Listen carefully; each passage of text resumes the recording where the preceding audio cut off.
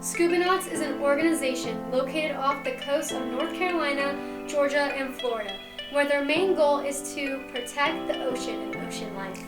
This organization is primarily made up of kids and young teens who volunteer using their scuba diving skills to participate in service projects. In the summer of 2021, SCUBAnaut organizations from all 3 states met up in North Carolina near Radio Island to work together on their newest projects. Many of the teenagers involved in SCUBAnauts are certified divers who started diving when they were really young. 5 years ago? 5 years ago. Yeah, you were 10, right? Yeah, we were 10. I like actually getting into the water and practicing the skills. Why did you start scuba diving? I'm the 3rd generation. My grandfather dives, my aunt dives, so I figured, why not? My mom made me. She was like, you're 10 now, you can scuba dive now. And I was like, okay, this is pretty good. I like this, I'll just keep doing it. What made you want to join this organization? I plan to become a marine biologist when I'm older, and I figured this was the best way to jumpstart my career. Janelle is in charge of keeping the organization running smoothly while collectively working together to solve the many challenges regarding a safe and clean ocean. Their main focus is on coral reefs in the area of Radio Island. The SCUBAnauts have dedicated a lot of their time and effort to making sure strong and healthy coral reefs give shelter to the sea life.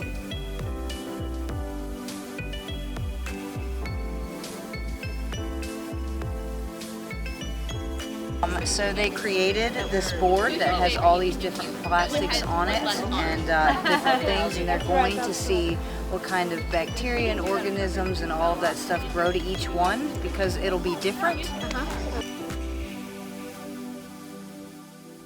Algae, all of that is different on different plastics. They attract different things, just kind of like metals and everything else, porcelains. So it will hang like this, so this buoy will keep it up in the water column, and then it will be clipped to a long line down here. We've put Plex on that line. It's like PVC but bendier, and that is to keep it from wrapping around turtles. You don't get turtles at radio, but that is a saving story, right? Yeah, right. We're gonna check on it once a week and take pictures. The project is to discuss accumulation, so bioaccumulation. We're trying to figure out which organisms grow on which plastics and stuff like that. I don't think we're cleaning them, but we'll pull them up, or not pull them up, we'll take pictures of them every week, and then we'll count organisms, see, like larval stages, what have you. The SCUBAnauts' first project consisted of planting coral reefs in specific areas of Radio Island to help encourage biodiversity among the ocean life. This helps keep pH levels neutral and allows for the ocean environment to be enriching. By planting coral reefs and checking on their progress, SCUBAnauts are growing a diverse community of ocean life, including fish, which will create a steady supply for fishermen. The other project SCUBAnauts have been working on is the Plastic Project, created by member Sammy. The Plastic Project helps the SCUBAnauts to determine which plastics found during their ocean water cleanups are the most harmful for the environment. On this lovely July morning, the SCUBAnauts from North Carolina, Georgia, and Florida prepare for their first dive together at Radio Island. Many preparations need to be made for this event.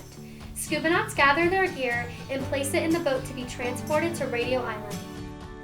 We do underwater beach cleanups as well as, so specifically at Radio Island, that is an area that's used by a lot of local fishermen, a lot of people that just like to go to the beach. So we're creating habitat, we are propagating the corals that will create habitat so that it will create more fish for the fishermen and more substrate for the local fishermen that are out there. 6 coral trees out there, and there is a navigation pattern to go from Green Day, marker 3B, to Felicia, and then Hugh, Cyclops, and then Carol. Those are the names of the trees. And you guys are going to clean some of our coral trees and also measure them to see how much they've grown. So today we are cleaning our coral trees. Every few weeks we go out there and just scrub them down, and then we measure the coral. And then we have a new project we're putting out, which is about plastic erosion. We're trying to see how long certain plastics last, which plastics are more biodegradable, basically. And so we put that project out today too. And then we have to go clean the coral trees and measure the corals, and that's pretty much it. They will meet at Radio Island, sort through their equipment, and dive. They will measure how long the coral trees they've planted have grown and give them a trim to keep them healthy. They will also, for the first time, initiate the plastic project. The divers will continuously keep track of the experiment to learn more data about how to preserve the ocean. Coral reefs are the community builders in their ecosystem. Without the stable health of the coral reefs, the entire community will suffer. Coral is related to jelly. They are colonial organisms where each coral is called a polyp. Coral reefs need a clear water environment for algae to grow. Coral reefs feed on the algae and absorb oxygen. They help to clean the area where they are located. Global warming has increased sedimentation and has destroyed many coral reefs with intense tropical storms. Coral reefs also provide protection. They grow best in tropical warmer areas. You can tell when coral reefs are dying because they release algae, and this is what creates bleaching. Coral is fragile and over-tourism is harmful. When coral dies, pups are left behind for regrowth. Spans will find the surface area and roll over the dead coral population, creating new coral reefs.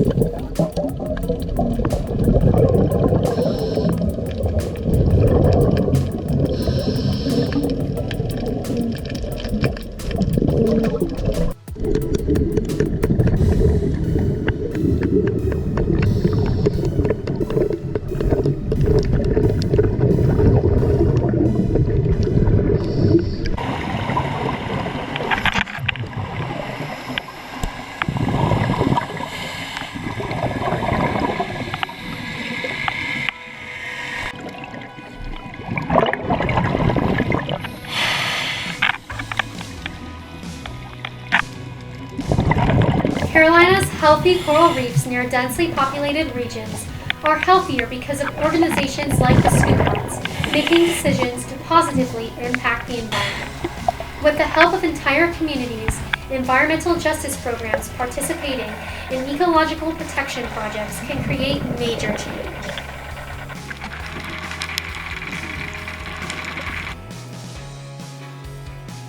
Because they are basically the builders of communities for the underwater world, right? And especially in the local areas, if you don't have the local communities, then you cannot bring the fish in, and then you cannot bring the other organisms, the algae, the fish, and so that's one of the reasons why we're building the coral reefs here in North Carolina. And granted, they're different than what you would find in the Caribbean, but our fish are not reef building, but they are community building corals that are there.